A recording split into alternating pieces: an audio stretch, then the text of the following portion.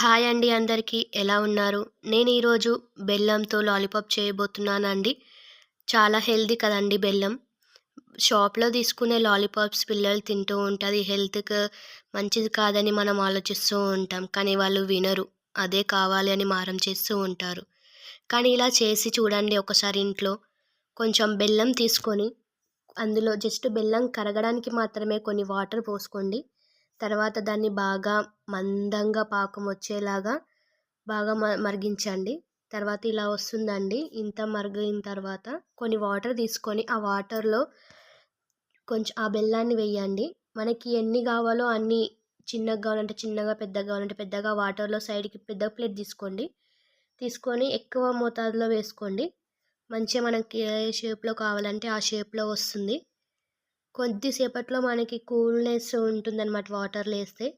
అదే మనం బయట మామూలుగా ఆయిల్ రుద్దుకొని చేసుకుంటుంటే అది మనకి కాలుతుందండి. ఇలా వాటర్‌లో వేస్తే కాలకుండా ఈజీగా వచ్చేసిందండి. ఒకేసారి ఒక 3, 4 లాలీపాప్స్ సెట్ చేసేయొచ్చు. నేను కొంచెం తీసుకున్నానండి మీకు చెప్పడం కోసం. ఆల్రెడీ మా ఇంట్లో లాలీపాప్స్ ఉన్నాయండి. అందుకే కొంచెం ట్రై చేసి మీకు చూపిద్దామని చూపిస్తున్నాను.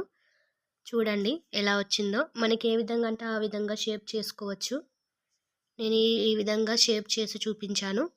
మీకు ఇలా కాకుండా మళ్ళీ మీ దగ్గర మౌల్డింగ్స్ ఉంటాయి కదండీ! షేప్స్ వచ్చేలాగా. అలాంటివి ఉంటే మాత్రం ఈజీగా ఇంకా బెల్లం మందపాటి మందంగా వచ్చిన తర్వాత దాన్ని ఆ మౌల్డ్స్‌లోకి వేసి ఫ్రిడ్జ్‌లో పెట్టారనుకోండి గట్టి పడుతుంది. అలా కూడా చేయొచ్చు. అది కూడా ఈజీ ప్రాసెస్ అండి. ఏమి లేదండి. చాలా చిన్న ప్రాసెస్ అండ్ ఈజీ వే. పిల్లలకు హెల్తీగా ఉంటుంది. లాలీపాప్ తింటున్న ఫీలింగ్ పిల్లలకి కలుగుతుంది. చాలా బావుంటుందండి. మనం కూడా తినొచ్చండి. చాలా బాగుంటుంది. ఇలా ఇన్ని పీసెస్ వచ్చేసాయండి. సౌండ్ గూడా వస్తుందండి. టక టక సౌండ్. రియల్‌గా లాలీపాప్స్ లాగానే అయ్యాయండి. మీరు ఒకసారి ట్రై చేయండి. చాలా బాగుంటాయి. పిల్లలకు హెల్తీగా తినిపించినట్లు ఉంటుంది లాలీపాప్స్. బాయ్ బాయ్ అండి.